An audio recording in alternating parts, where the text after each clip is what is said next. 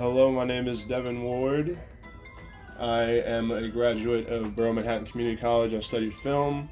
That is pretty much all I've done in film. I am still a student, but here we are, and we're going to talk about The Artist. What's good? Hi, my name is Amelia Ramos. I'm also currently studying film at BMCC and just a long-time film lover. Hi, my name is Matt. I study film as well. I graduated from BMCC as well. And I'm currently thinking out dropping out of film school for reasons that I'll talk about in another video. So, yeah. Ooh, the Oh, and I love creating cliffhanger. content. Dope. So let's get down to brass tacks, guys. The Artist.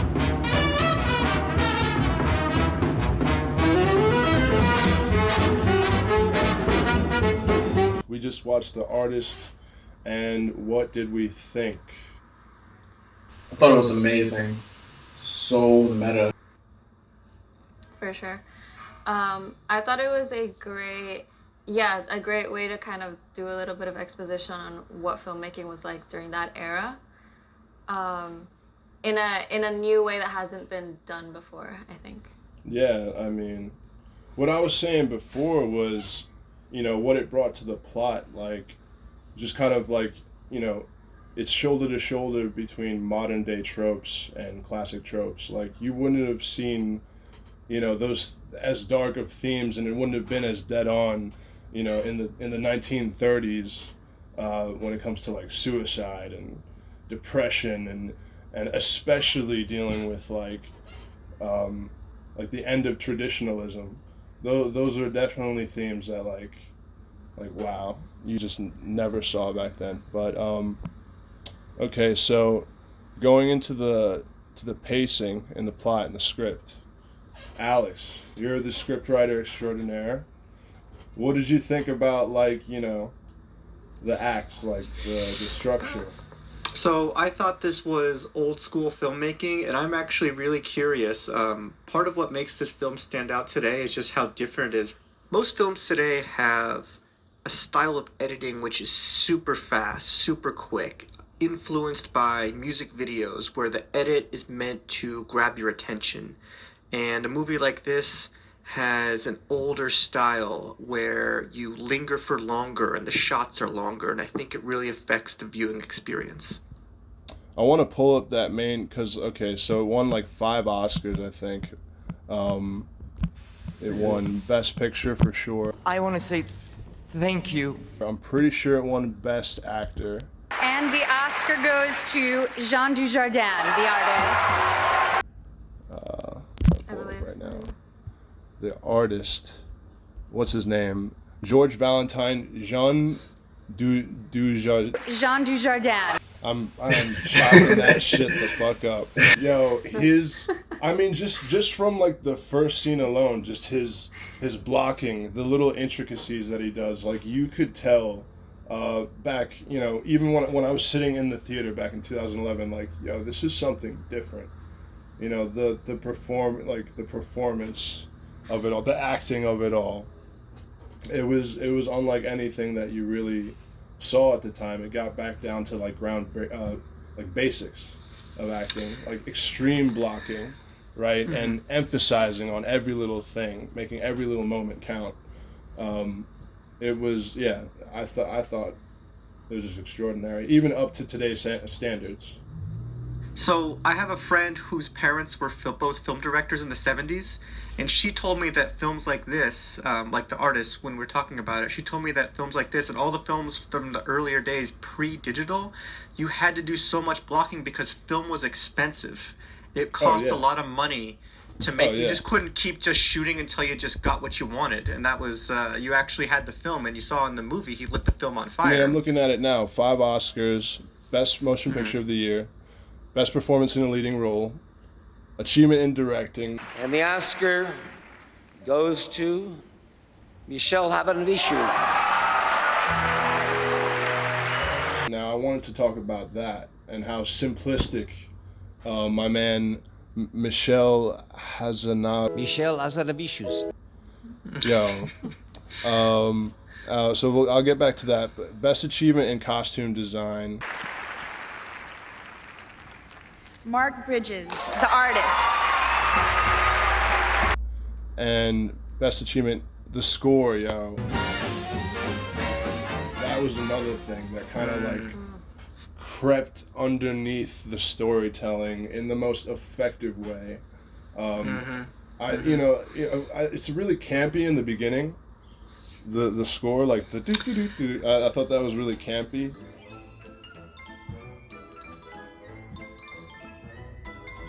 Is it campy or is it that's just new? And then once we settle into it, then it's totally fine. I mean, for 2020, it feels campy. Yeah.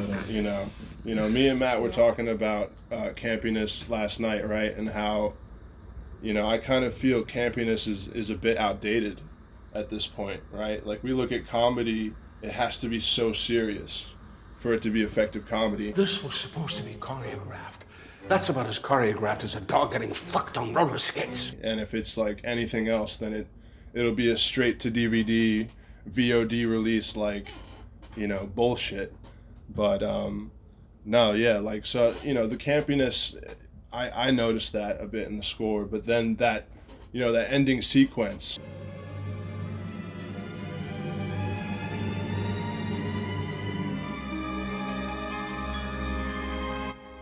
The way the music works and how dramatic it is, like, just how night and day it goes from beginning to end, like that, it definitely deserved that fucking Oscar for sure. I think that it's less, like, maybe less campy per se and more like overindulgent just in what it is, because it is like, at first we see like acting through overacting as it was in that time. Right. So it's kind of like a reference to itself, a reference to like the actual era that it's meant to be in. I don't know.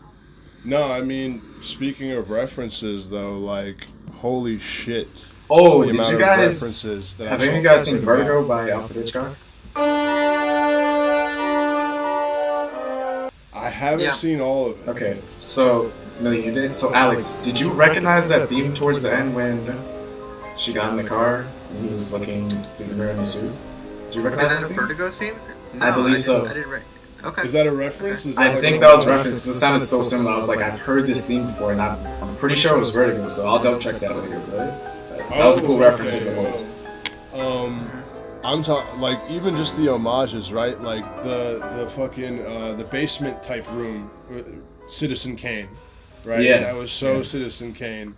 The hear no evil, speak no evil, see no evil, Citizen Kane as well. In the beginning, right, when he saves the damsel in distress, right, and they're going up the steps, Battleship Potemkin. I mean, 1927. I'm pretty sure that's like the same year. Three Musketeers, the Hollywoodland sign. Yeah. And then it covers, of course, this period of time in history that, the death of the silent film star. Wait a minute. You ain't heard nothing yet.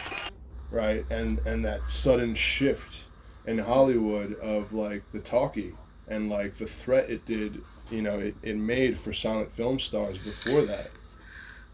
Is this based on a true, like, this actually did happen, right? Like, a bunch of the silent film I stars don't think it's based off a true... It's definitely true dynamics within history, for sure. I don't know if it's based on one person, but a lot of the silent film stars were not able to make the transition into talkies. Voice acting is completely different than facial acting. It's definitely an homage to that like sudden... I mean, what is it, from 1927 to 1932? I mean, there has to be some type of, like, sub-era in film, just those 4 or 5 years or whatever. What was it? And so, and I realized, like, a lot of the movie, it was just, I mean, of course, because it's silent, but just the reaction shots. That, that film was such a masterclass in, like, understanding the power of editing for reaction shots, right? Yeah. Like the one part where, Pepe's on the film set, and then all of a sudden John Goodman, like the director character, like screams like, get the fuck off the set, and then of course she does, like, the dramatic, like, Estoy hablando con... And of course that, you know, again, that plays back to like the overacting, like Amelia said, like the overacting of the silent era, of how effective that had to be. I think there's something to say about, you know, what he did, the director Michelle or whatever did for that type of acting within the close-up. You know, that's really what I was trying to pay attention to, like how it wasn't noticeable, and there were many silent close-up shots. You know what I mean? So I'm there's definitely something there. So it used to be all about a look. If you had a visually striking look, that could get you in. Acting wasn't about your voice. It was about the way that you portrayed yourself. It was like about an energy and a feeling. Oh yeah, and you know, that was in there. That whole plucked out of fucking obscurity trope was definitely in there. And I think that there's like several like movies kind of made about that same like little trope. Like isn't what is that movie called with Audrey Hepburn, where they have to teach her like how to properly enunciate Breakfast and at everything. Tiffany's? No. No? Pretty Woman? The no. Original? What is it? No. It's like a... Damn, I don't remember. But it has a really... It's like a classic. Like, you'd have to know. It's like Old English, kind of. She speaks in a Cockney accent, and they have to, like, teach her how to speak because... What's all this, then? Yeah, like that. Yeah. Fuck, I can't remember the name. Oh, but... fuck. My Fair Lady, My Fair Lady, yeah, exactly. Yeah, I've heard it, of course. One of those. And so I think that it definitely is like as I referenced kind of before, it's like almost a direct at the beginning, at least almost a direct copy of Singing in the Rain, which is about that. I'm singing in the rain, just singing in the rain. The main actress has to be replaced because although she like can act for the screen and like for silent movies and everything, right, when she talks, it's like she has like a really high pitched, like obviously overly irritating voice, but it's very realistic to what would have happened because not everyone has like the range to act, I guess, physically and as well in like vocally, I guess. Yeah, I don't know. No, and you know, it's funny that you said that because I don't know if you guys have, you know, the new HBO Max. I got it.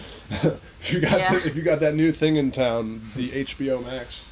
Don't forget to say our sponsor's name. Yeah, we're definitely not sponsored by anything, but not yet. Anyway. One can dream, but you know, no, like I noticed the library on that, and I was watching like this documentary called The Movies, and it was really talking about how not only did silent film stars, like, yeah, they were made of stuff where it was all visual, and like there was one guy in particular, I don't remember his name, but he had a high-pitched voice, so like people would giggle and stuff when he would try to like deliver his lines and shit, because it just wasn't, he wasn't made for that. He wasn't made for looks and sound. He didn't, you know, and that kind of created a whole new dynamic in Hollywood where it's like you had to be perfect. And I still think, you know, even more going into film into Hollywood, there's even more of that going forward. Did we lose him? Did you just turn off his camera, or did we lose him? We lost him. Oh shit. Yeah, that's all good. But yeah, no, but you know, I think even going forward into Hollywood and going forward into society, to be successful, you have to be more and more perfect. You know what I mean? Like, I mean, of course, yeah. Like, nowadays there are like kind of feel good films and feel good celebrities that are like Joe Celebrity, right? Like Awkwafina or something. This is great. I feel is very like, yeah, it's kind of part of her thing. Is she's relatable. She's relatable, you know, like accessible even. Yeah, and especially with women of color, especially with Asian women of color, that's kind of like their thing, is to look safe and accessible. It's like, we want you to break stereotype and they're glad when we do things that like they don't see other Asians do on TV. Mm-hmm. It's a natural emotional reaction. I think any group of marginalized people will have when they know that something that they see is going to be representative of them, and that the kids in the schoolyard are going to assume that they're like that. Right. So naturally you have some anxiety. I think that going off of what you're saying, it's like there's definitely like even being a triple threat is standard now in the industry. Right. So it's like you always have to do the extra thing to like put yourself over the edge. Like I cannot imagine the life of an actor. No, it must be horrible. So yo, like look, So, you like, literally yeah. get judged every day, every second. dude, So, Hollywood right now, it's either nepotism or you're the child of Disney. You know what I mean? It's like you're either someone's kid or you're Zendaya. Like, Everyone's kid. yeah, like everybody, dude. Seriously, like that's. Yeah. You know, the Hemsworth brothers, they're all fucking famous because they're family and shit. Like, I don't know. I think it's up to us to kind of be like, fuck Hollywood. Anyway, that's another. we can have that conversation for another day. another episode. But so I really wanted to talk to you guys about that sequence in the beginning of The Artist. Remember the movie that we watched before? In the second. No, which one? Yeah, no, that that black and white one. That but yeah, in the top of the second act, the sequence when he wakes up.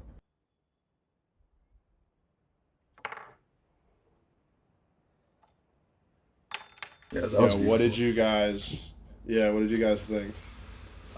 Yeah, like same beautiful. Yeah, honestly, Um, I didn't expect that because when you said silent film, I thought the whole film would be silent and we were just gonna have music. So when I saw that, I was like, okay, this film is I like had it's fingers different. crossed.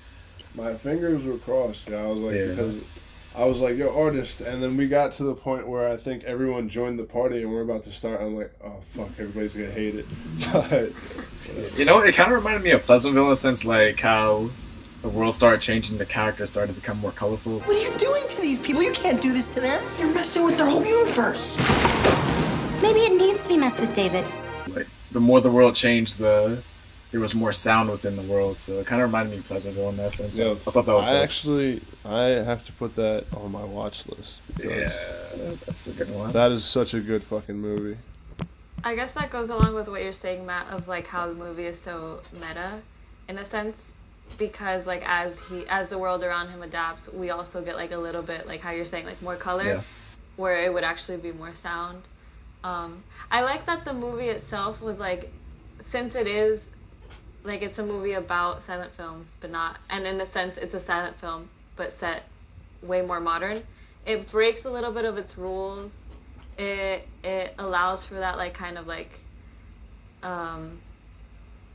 commentary on the movie through the movie itself before we can make it ourselves. Like yeah, like literally it's just hella meta. So No, yeah, like I mean, there was a few moments where, I mean, because I've seen that movie so many times, and I think even just in that watch through right there, like I kind of caught something for the first time when she held up the celluloid of the the roll of film that he was like clutching onto. I just now realized, he was holding onto that outtake of them like together and laughing and holding hands and dancing together, and like there's another thing that this movie does where the subtleties of it, right? And I always talk about Christopher Nolan in the sense where he uses subtleties of violence.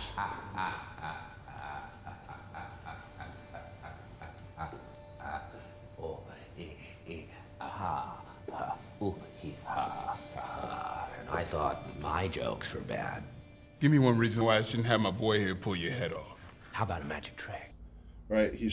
Christopher Nolan's really good at making like a violent scene physically non-violent. I'm gonna make this pencil disappear. Like you don't see people actually exploding, but he makes it like you can imagine it. It's gone. Like that one part in Dunkirk where like the ship is crashing into the pier and you don't see the guy get crushed, but you might as well have.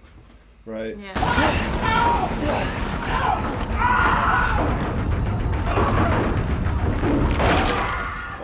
But with this, the director is so good at making it such a sensual movie. Like they didn't kiss once. They didn't kiss one time. And I didn't notice that. Yeah, and I love that. You know, and it's because they might as well have though.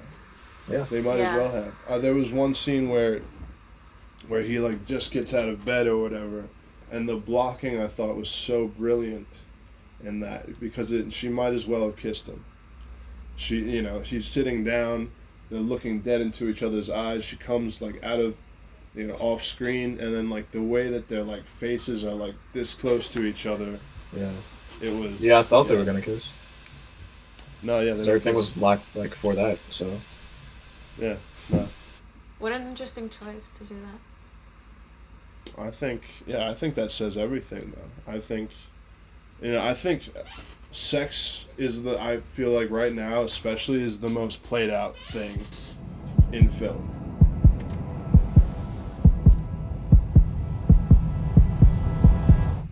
Like, you know what I mean? Like, I could see that, yeah.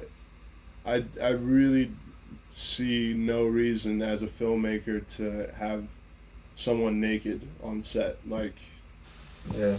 Like, what is it really, really, really doing? What are we bringing to the table that I've never seen before, and that will involve, like, it has to involve nudity? I don't know. I mean, maybe once upon a time that director wanted to be a porn director, and this is their moment to like succeed in that dream. I think Tom Ford, what he did in that fucking Nocturnal Animals and shit. Yeah, I was literally thinking about that right now. Like, yeah. That. My ex-husband used to call me a nocturnal animal. I didn't know you had an ex-husband. I've been thinking about him a lot lately. Like, oh, that movie. Yo, like that is it. That was the moment, I think, in the past 5 years where it's like, that is necessary. Like, you know what I mean? That's literally what I was gonna say. Like, if it's sexual, like, obviously it was alluding to something sexual, but something way more sinister. And so it removes itself from like, all right, we're gonna like put Megan Fox on the screen, take her shirt up. It looks like your distributor cap's a little loose. Like, you get me? Like, it's Right, not right, like right. that at all, and it's like exactly for that. And that's also like a great example of subtle violence, I guess, as you were mentioning. Yeah. Yeah, that movie gets me. Sorry. No, because that's why we're here. That's why we're talking about this shit, because that I think that is what the beauty of filmmaking is everything that you can and don't have to show.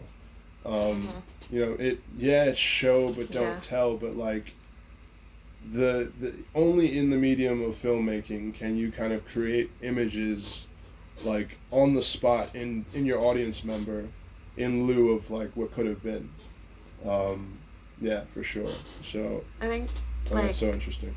Show but don't tell, but at the same time do not like baby like feed your audience like every single thing. Yeah. Because when they're allowed to like fill in the blanks on their own, that's what makes it so much more of an impactful and personal experience to like watch a film. Exactly. Because it's like, yeah, like if you're telling me like what it is down to the last thing, you're kind of telling me how to feel.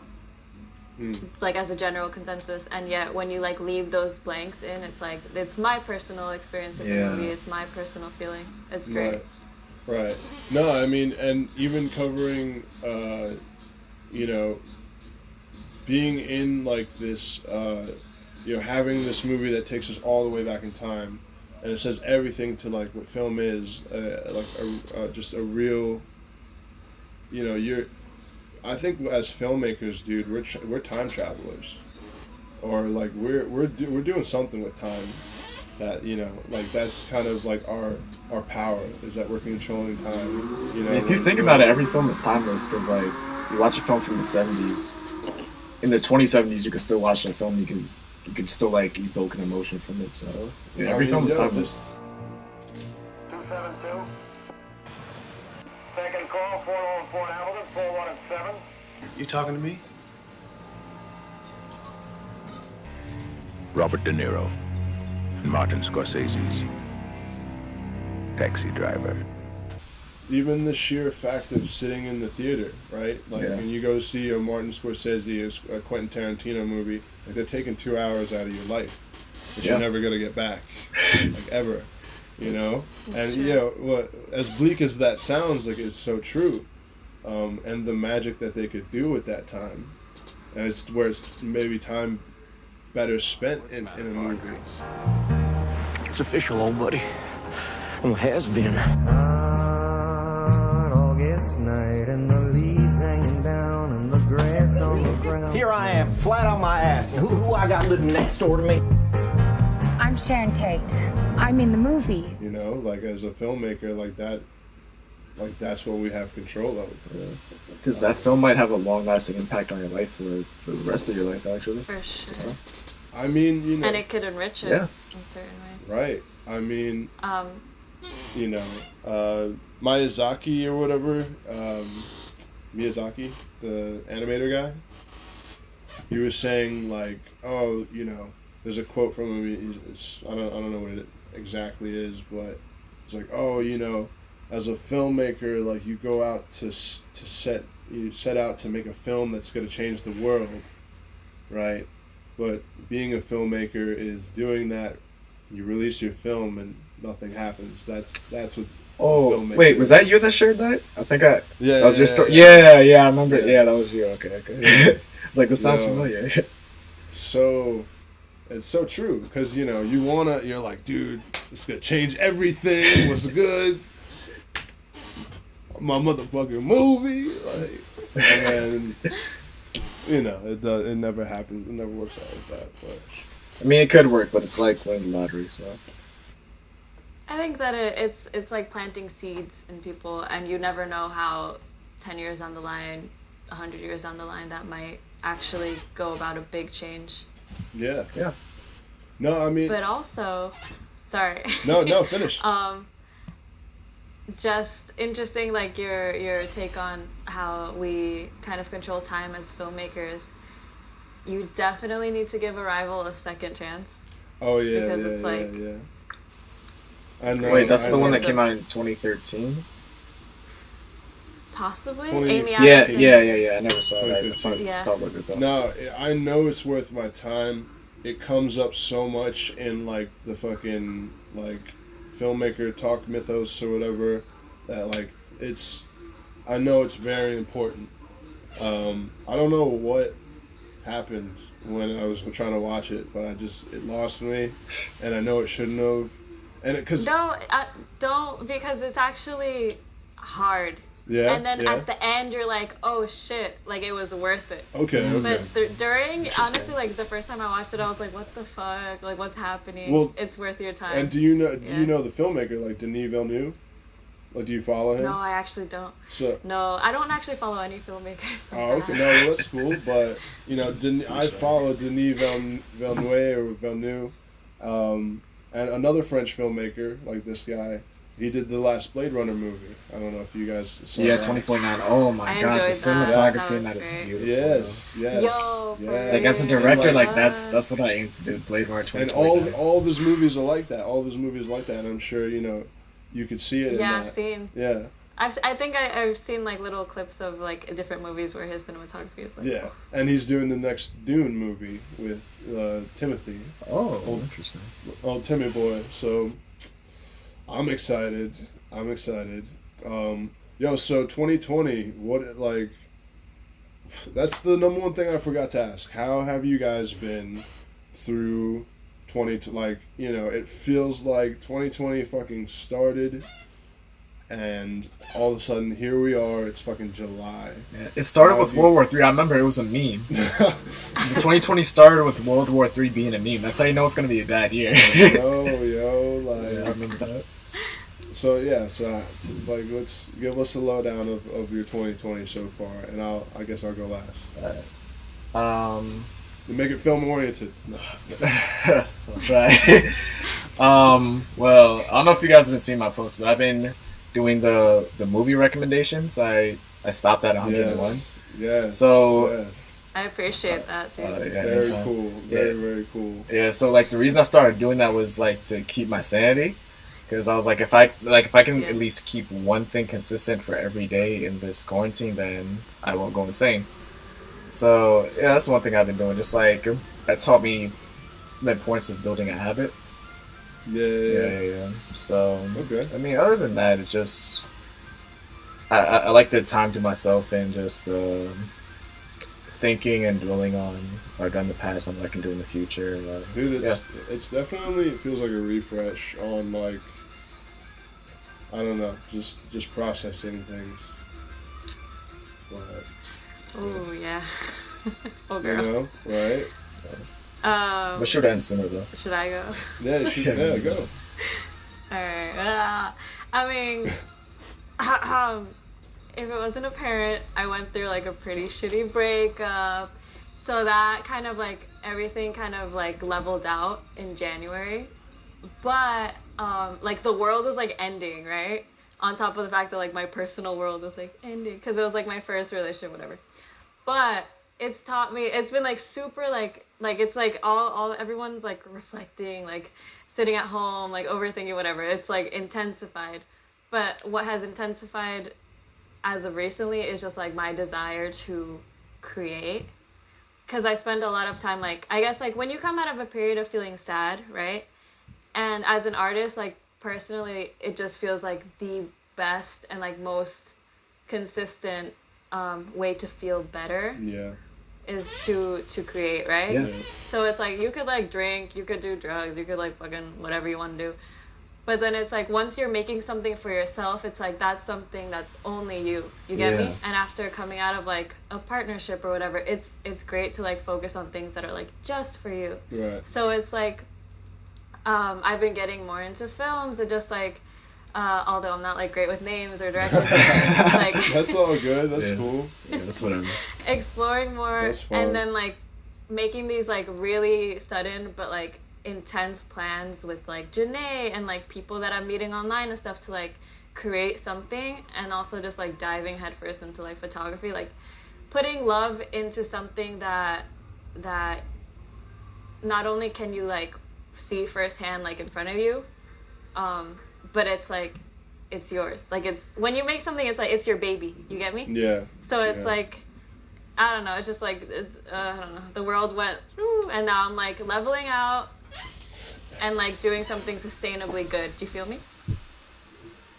Sure, indeed. I feel you. I feel you. Now, I feel that in more ways than one. You know, it sounds like me and you have been through similar stories, but you know, I really want to focus talking more about how I got out of the funk instead of what got me in the funk. And it takes. I think we're at a time. And you guys tell me if I'm fucking crazy, where it's like we have to create our culture. We have to create our culture as, millennials moving past this time. We have to create our culture as people of color in a time period where it's like, I was talking to you about that analogy at the end of Prisoner of Azkaban, right? Oh, you can say it. Go ahead. Right, so at the end of Prisoner of Azkaban, are you a Harry Potter head, Amelia? You're a wizard, Harry. I'm a what?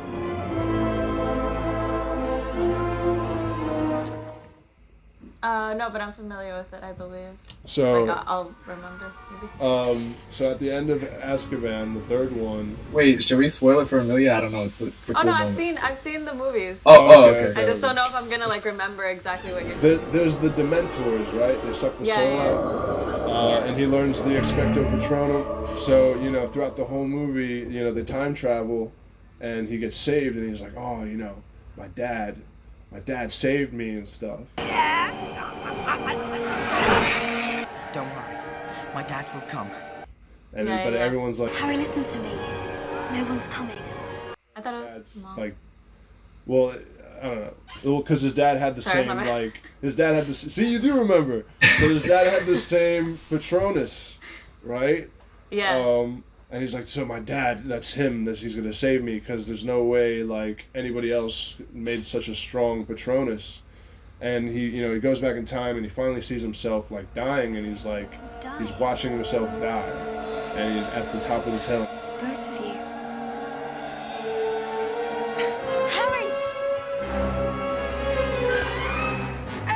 He saves himself. Yeah.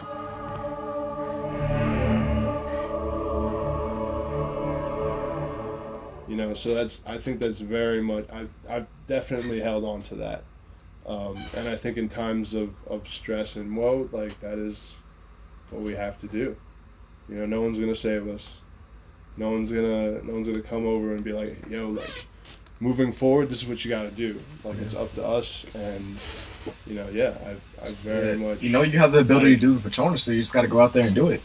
Exactly. Damn, true. I wanna go, put my Patronus out into the world. Yeah, right. Hey, so keep that at home. Whoa, PG. No. Nah.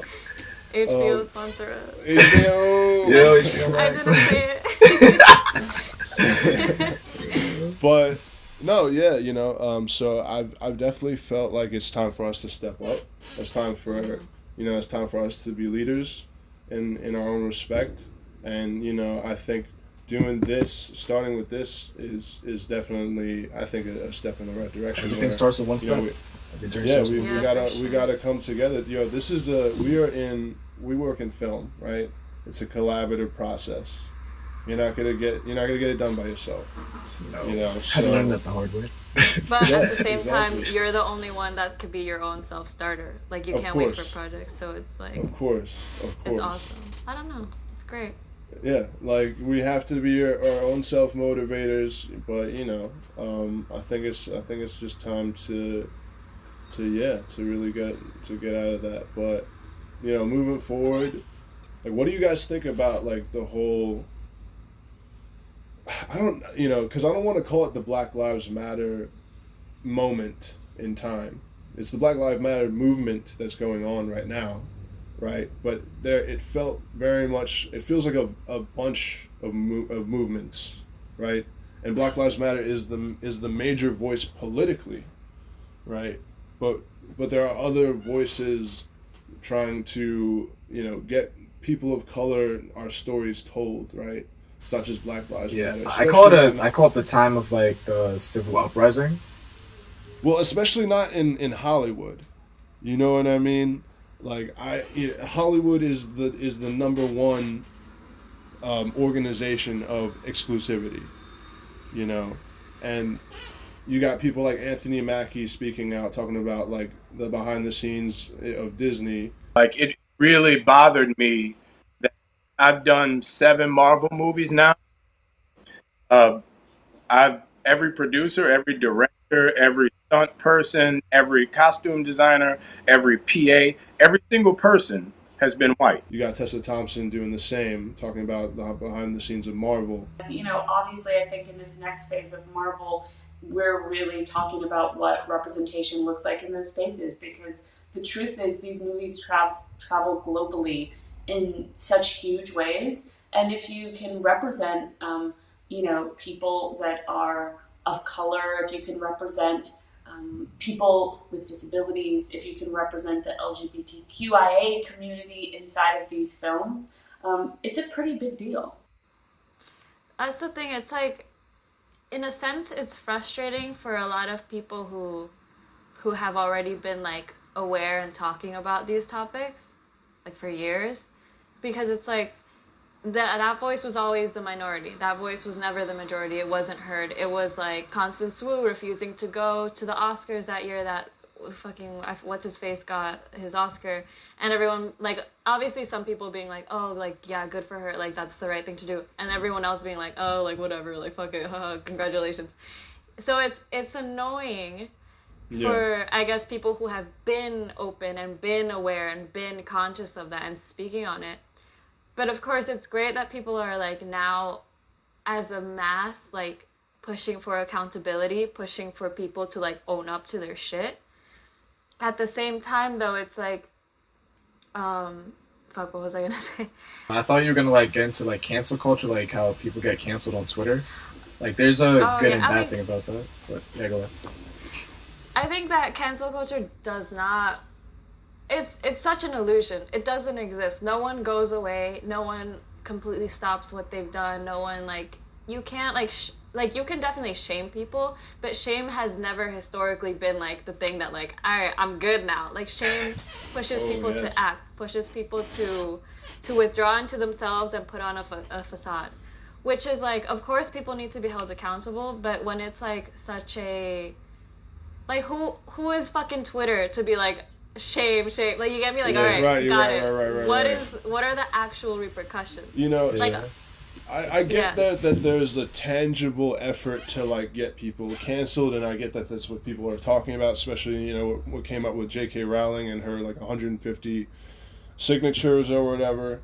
But I think what we're missing too is like, I totally agree with you. But I think what we're missing too is the power that has kind of come overnight with the internet, and how people are seizing and understanding the power of the internet, and like it's like, you know what I mean, where it's so like surreal. Oh, like bring this bitch up to Twitter like she being racist, like bring this motherfucker up to Twitter like he being racist, like 15 years ago none of this would have been possible. Exactly. So big, so small. No. And it's sorry. Yeah. No, sorry. It's just wild because I think that's the difference, like, now, this year in particular. Because if you notice, corporations are finally, like, succumbing to the power of the internet, of the public. So now it's, rather than, like, oh, he said this bad thing, like, okay, maybe we shouldn't, like, put him in an ad for, like, a year. Instead, it's now, like, corporations be like, hey, we're going to cut off all ties with the celebrity. And that's power. And that's change. And that's what I like about what's happening this time. It's not just like, I'm sorry I did the thing. It's like you're facing actual repercussions for the thing you did. This is we, the people, unlike ever before. That's true. You know what I mean? This is finally a proper idea of what it is to be we, the people, I believe. And it's only just beginning. You know, I don't think... Of course, change is scary to people who don't understand it, but I think there are really good ways that we could use this. Of course, there are going to be terrible ways that we're going to see coming out the woodwork, but no, like, or like, have you guys seen that whole Warner Bros. Is like using AI to use like? Whoa, I did not hear about that. To choose, it's like the intro to a Black Mirror episode. What's going on? No, it's like there's the Warner Bros. And another company. There's two major companies that are using AI algorithms to help them choose what to produce next, who to hire, based off of statistical data. Yeah. Artistically, like leave the AI, leave the robots at home. Yeah, I mean, but we're already doing it now, right? Like we're, you know. You know, I'll hear about somebody trying to go up for like a deal, and like they'll be like, oh, like I didn't get the deal because I didn't have 100,000 followers. So they're looking at their so annoying. Right? So they're looking at motherfucker statistics, like, you know, when I heard Instagram was trying to get rid of like that whole top bar, like the information, I was like, that's a great idea. What is the top bar? I'm sorry, well, like the followers, the likes, the amount of followers you have and shit, like, they were going to get rid of that, the amount of likes you have on a picture. Yeah. But overnight, it would literally take people's power away. Yeah.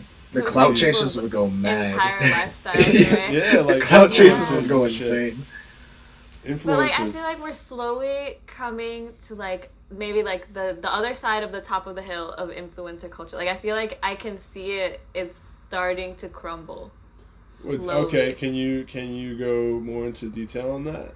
I just feel like they've had their moment in the sun. Like people have had kind of their fill, because people are fickle. So like they've had their fill of like kind of like meaningless content. Everyone wants to look at, all right, the Instagram model, she has a nice ass, she's on the fucking beach. This dude with all his like drones, like taking these amazing shots in Bali. Okay, we got it, we're good. Right, but it's like we're oversaturated now. So now people are like looking for their next thing that they want to look at, which is like hopefully more meaningful / like informative educational content, and if the indication of like what everyone is like pushing for right now, which is like more activism, where everything is any indication, even though I'm like 100% sure that like so many people are doing it because it looks like the right thing to do. Oh yeah. Yeah. It's still like at least like the general consensus is like moving in that direction rather than like, it's not my problem. Like I feel like 2010 people didn't give a shit. No, everyone was like, all right, I just want to like go to Bali. What do you mean, Mom? Like racism is still a thing? What do you mean? Well, no, what do you mean? So I mean, I graduated high school in 2011, so I was like 18 in 2011, and I was 17 in 2010. So I was very sentient back then, and I remember like kind of how things were. I remember specifically. Like, because I was a senior in high school when smartphones weren't, like, if you had a touchscreen phone, it'd be like, oh, look at this guy. And it's crazy because of how quickly it changed. Yeah. They used to say generation's 25 years. I beg to differ now because of technology.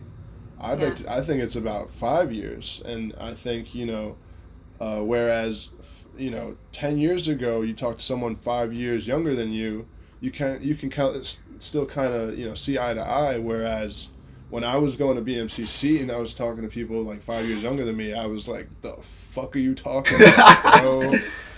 Like, that's stupid. No, like, what do you mean? Like, yo, back to the film, The Artist, yes, the one that we watched. The sequence at the end, yo, what did you guys think?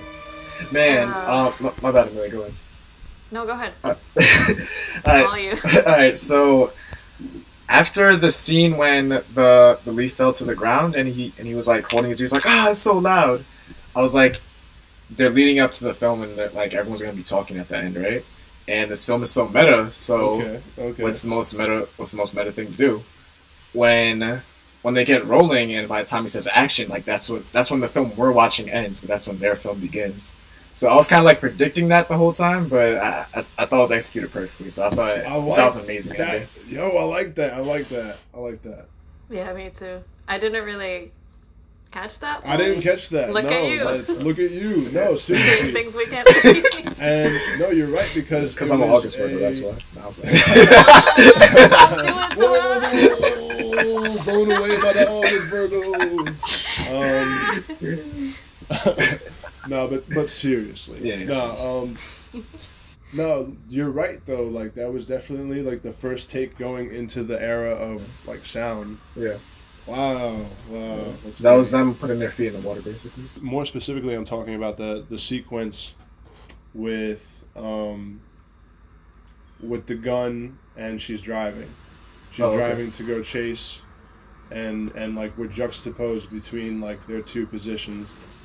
I thought the bang, the text, I thought that was really well done. Cause like I was kind of thinking like, okay, maybe he actually shot himself, but so the bang was the car crashing or was it? Yeah, it was the car crash. Yeah. See, think about that. Like when a car crashes, like, do you think bang? I don't know. Well, I think, I mean, it's these two moments, right? And they're fucking coming together and they meet with the bang. Oh, so symbolically it's the bang. Okay, that makes sense. Yeah. Well, yeah, I mean, there's so many ways that you could take that, I feel. Like, but they meet with, I mean, you know what I mean? Like, in your head, bang, it does it for you, where it's like those two are just conjoined. You're not sure. Yeah, okay. It could make sense either way. Yeah. Right. You know? Yeah, that makes sense. I think that was really incredibly well done. Like, I'm probably gonna rewatch that later on. Yeah. Awesome. Yes. Yo. Yeah. I have done my job, yo. Yeah, like that. And yo, before we go, I did want to mention, like, so the themes I got on the nose. The theme, like when they were sitting down at that dinner, out with the old, in with the new, make way for the young, and beware of your pride. I feel like those are like the main themes for the most part. Yeah, I would agree. That even speaks to our current generation this year, 2020. I think And a lot of people are Hollywood as a very whole. pro Out with the Old Yeah. at this point. Very much Hollywood Yeah, as a that's whole. true. Very much like not trying to like let go of the reins. We're very dead in the middle of that as youngsters. I thought the way that they used the title cards, like, you know, I was talking about this with someone where like certain title cards, like it's like super quick, and you can't even read it. Yeah. But I Like think what? in this one, you know, like even with the letter at the end, like I could read it. Like I never, you know, that was noticeable, something small. But yeah, I'm gonna definitely check out Singing in the Rain in Pleasantville. And last but not least, the GOAT, Clifton, the driver. Clifton was the shit. Goated. Clifton was the shit. So, all right, yo. So I think that was a good discussion on film and media and things of the like. All right. Well, okay. So guys, this is off cuff, but yo, thank you for your time. Seriously, like you guys, and let's we'll talk soon about the next one if you guys are down. Yeah, Because I know. Yeah. Yo, this was mad fun. This was mad fun. So let's next week is Scott Pilgrim versus the World. So.